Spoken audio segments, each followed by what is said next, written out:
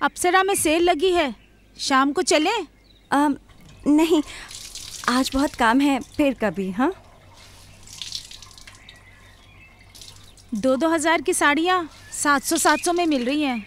जब तक त्योहार आएगा बड़ी महंगी हो जाएंगी। वो क्या है कि तन्वी के एग्ज़ाम है ना, तो निकलना बहुत मुश्किल होगा। अरे एक काम कर, पैसे मुझे दे दे, मैं ले आती हूँ। वैसे भी मेरी चॉइस तो तूने हमेशा पसंद की है। क्या हुआ? शायद कोई आया है, बाद में बात करती हूँ। कौन है? कोई नहीं।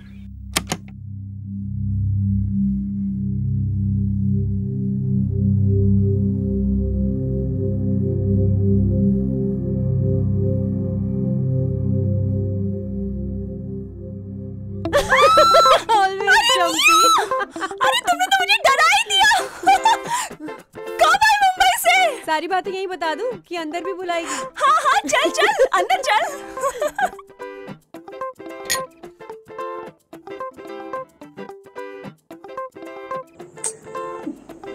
कितना स्ट्रगल करना पड़ा मुझे तेरा एड्रेस ढूंढने के लिए। एक तो शादी के बाद नंबर बदल लिया, ऊपर से कभी फोन भी नहीं किया। तेरी अभी तक शादी नहीं हुई ना, इसलिए तुझे पता नहीं कि दोस्तों का साथ क्यों छूट जाता है। रहने दे रहने दे। फेसबुक पे भी कितना ढूंढा मैंने तुझे, वहां भी नहीं मिली। फेसबुक? बाप रे, मैं तो इनका लैपटॉप तक नहीं छूती हूँ। वो अभी तक अपने लैपटॉप की किस्त भर रहे हैं, कहीं खराब वराब हो गया तो। पागल। अरे हंस मत। अरे यार, इतने नाजुक नहीं होते कंप्यूटर। नेक्स्ट टाइम फुर्सत में आऊंगी ना, सब सिखा दूंगी तुझे, जैसे तूने मुझे मैगी बनानी सिखाई थी, याद है?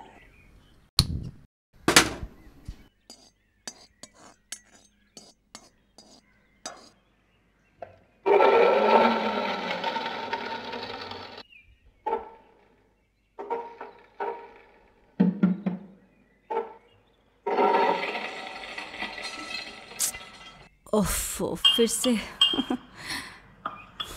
ऐसे ही चलती है गृहस्थ की गाड़ी, रुक रुक कर। और तुम क्या करती हो आजकल? HR मैनेजर हूँ। HR manager? कंपनी के लिए ह्यूमन रिसोर्सेज मैनेज करती हूँ। अब तो कंपनी का प्लांट लग रहा ना यहाँ पे, हर 6 महीने में आना जाना लगा रहेगा। तुझे देखकर बहुत अच्छा लग रहा है। कितनी स्मार्ट, मॉडर्न, तेज तर्रार, मेरे से हर मायने में बेहतर। Come on, don't be mad. तू भी तो कितनी स्वीट है, घर परिवार के मामले में इतनी होशियार। मैं तो तेरे जैसी कभी बन ही नहीं सकती। रहने दे। बहला मत। तन्वी आ गई, मैं आती हूँ। ये देखो बेटा, मम्मी और रिया मौसी दोनों जब स्कूल में थे। और ये देखो, जब दोनों ने एक साथ स्कूल में डांस किया था। देख कितने फनी लग रहे हैं ना हम लोग। अब यहाँ से मम्मी और पापा की शादी की फोटो शुरू। My God, look at Shekhar, her photograph में सारा अटेंशन बस तेरे ऊपर।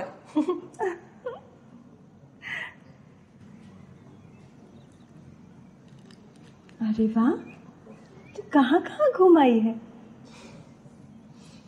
ये मुंबई की फोटो है क्या? अरे नहीं यार, दुबई की फोटोग्राफ है। बचपन में ही मम्मी को प्रॉमिस किया था, जब कमाने लग जाऊंगी ना तो फॉरेन ट्रिप पर लेकर जाऊंगी। मम्मी मुझे भी आ जाना है। हे आस्था, ब्रिलियंट आइडिया। चल तू, मैं, शेखर, तन्वी हम लोग सब गोवा चलते हैं, बहुत मजा आएगा। तेरी शादी के बाद वैसे भी तेरे पति से कभी ठीक से मिलना ही नहीं हुआ।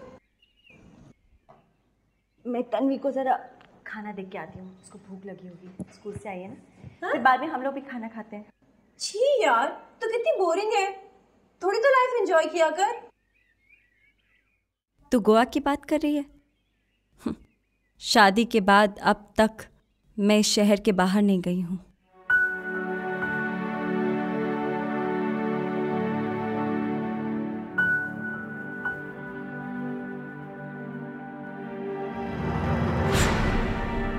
और कुछ नहीं रिया, बस पैसे की ही प्रॉब्लम है। आजकल सब कुछ इतना महंगा हो गया है कि बाजार से क्या खरीदूं क्या नहीं, रोज सोचना पड़ता है। अब तन्वी भी बड़ी हो रही है, उसकी भी छोटी मोटी जरूरतें हैं, और अब उसे कॉन्वेंट स्कूल में डालने की मुसीबत। और तू तो जानती ही है कि आजकल अच्छे स्कूल में डालने के लिए कितना डोनेशन लगता है। अब एक की कमाई में परिवार चलाना इतना मुश्किल है, तो हम बचत कहां से करेंगे? मैं तब से यही सोच रही हूं कि काश मैंने हायर स्टडीज की होती तो तू मुझे अपनी कंपनी में एक अच्छी सी जॉब दिला देती। पर तू गलत सोच रही है यार, हर सवाल का जवाब हायर स्टडीज में थोड़ी ना होता है। तो फिर मैं क्या करूं? पिताजी ने भी मेरे बीए के बाद अचानक मेरी पढ़ाई छुड़वाकर मेरी शादी करवा दी, और तेरे मम्मी पापा की तरह मुझे किसी ने भी करियर के लिए इनकरेज नहीं किया। पर आस्था, प्रोफेशनल लाइफ के कमिटमेंट्स पूरे करने के लिए भी बहुत सी मुश्किलें झेलनी पड़ती हैं। पता है टाइम की कितनी मारामारी होती है। कितनी बार तो मैं मम्मी पापा से मिलने तक के लिए तरस जाती हूँ। और मेरे पास इतना टाइम है कि मैं घबरा जाती हूँ। मुझे मेरी प्रॉब्लम्स और भी बड़ी लगने लगती है। समझ में नहीं आता कि ये कैसे होगा, वो कैसे होगा।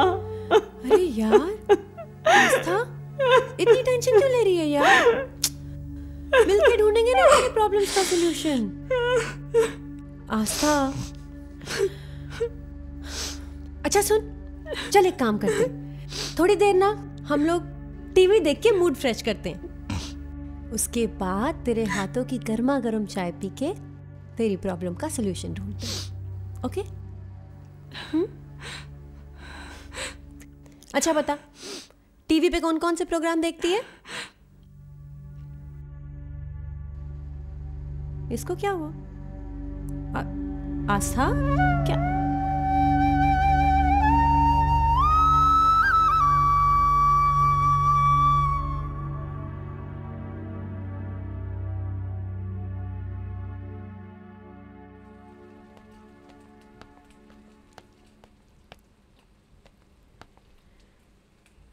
आस्था, तुझे भारती याद है? तेरी मौसी की पड़ोसन। तुझे पता है शादी के बाद ना उसकी हालत भी बिल्कुल तेरे जैसी थी। फटाफट से 2 बच्चे, ऊपर से बूढ़े सास ससुर की टेंशन, पैसों की तंगी की वजह से वो भी बहुत स्ट्रेस रहती थी। फिर करीबन 1 साल पहले वो मुझे अचानक मॉल में मिली। यार मैं तो उसको देख के हैरान रह गई। उसके तौर तरीके, बात करने का स्टाइल, कपड़े पहनने का ढंग, सब कुछ बदल चुका था। ऊपर से इतनी खुश और कॉन्फिडेंट लग रही थी।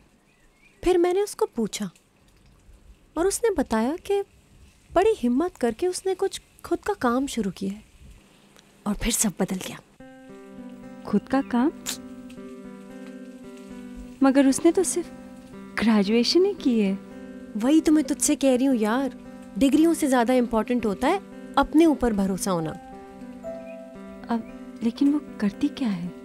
तू ना बस अपने ऊपर भरोसा पैदा कर कि तू भी कुछ कर सकती है, फिर देखना सब कुछ अपने आप हो जाएगा।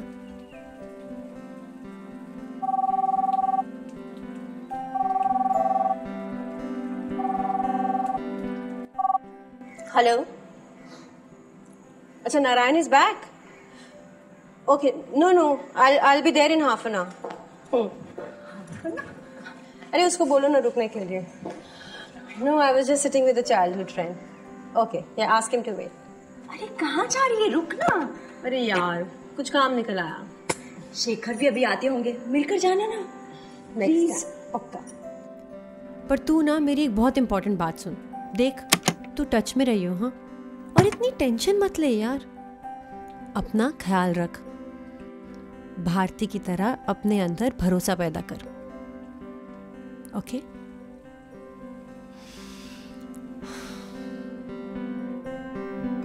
फिर से आना। बहुत जल्दी आऊंगी। चल, देख के तुम भी। See you. See you.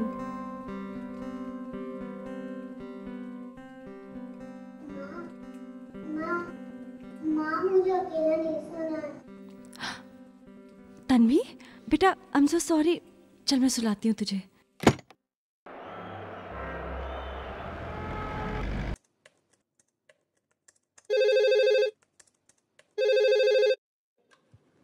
Hello ma'am, someone's here to see you. हाँ, वो मैंने किसी को डेमो के लिए बुलाया था, भेज दो अंदर।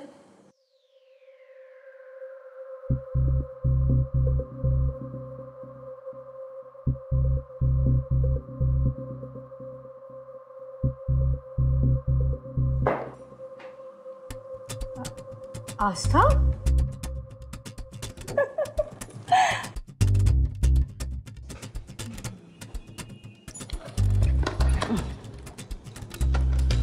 Oh my God! तुम्हारी एज क्या है? जैसे तुझे पता नहीं।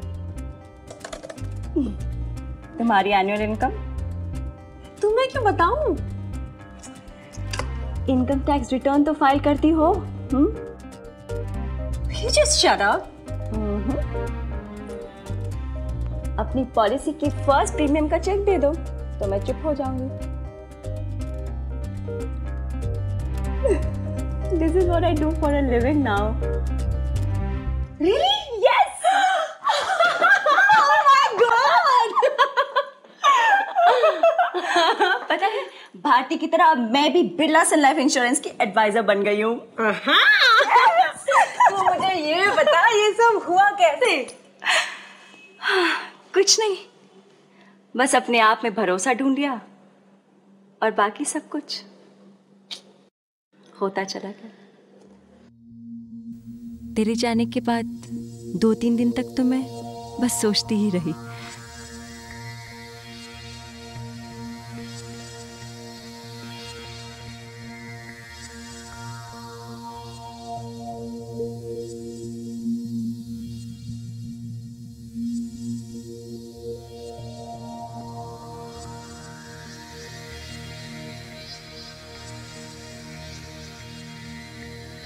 फिर एक दिन हिम्मत जुटा के मौसी को फोन कर दिया।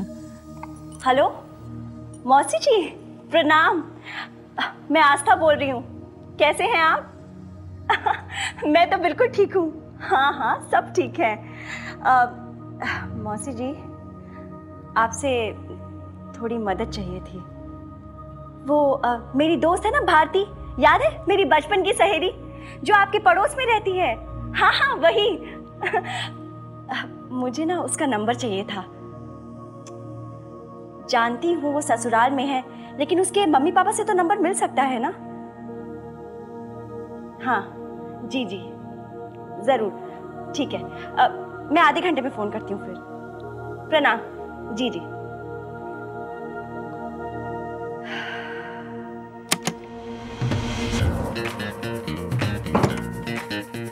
शेखर, आप फिर से भूल गए। अपना ख्याल रखना। बाय।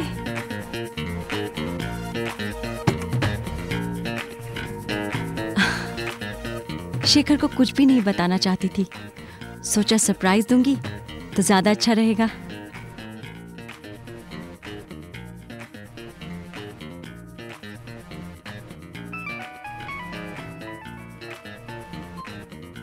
हेलो, अब भारती?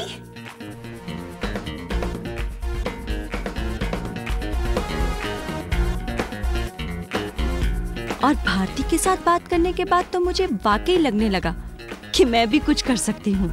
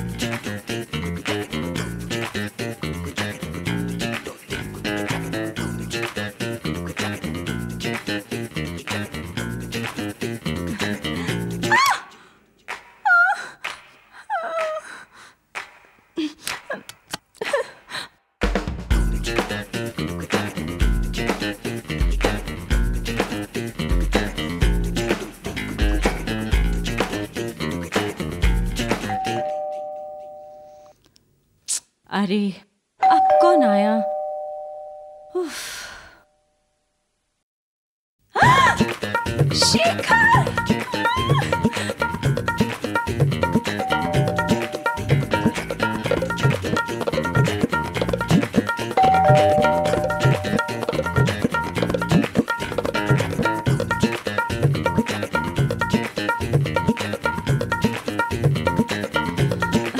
गुस्सा करेंगे। कब से बेल मार रहा हूँ? बाथरूम में थी।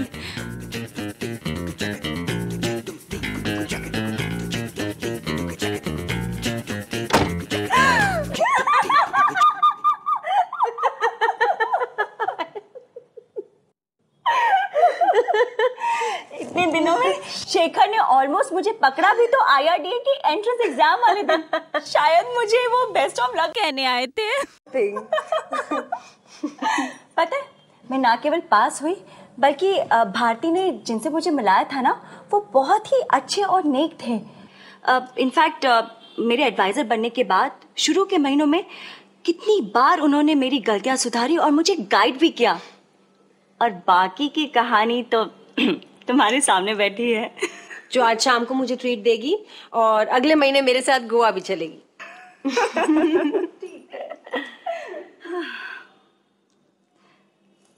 पता है, अपनी मर्जी से निकाले हुए समय में बिरला सन लाइफ इंश्योरेंस ने ना केवल मुझे एक्स्ट्रा इनकम देना शुरू किया है, बल्कि मुझे तो पूरी तरह से बदल दिया है।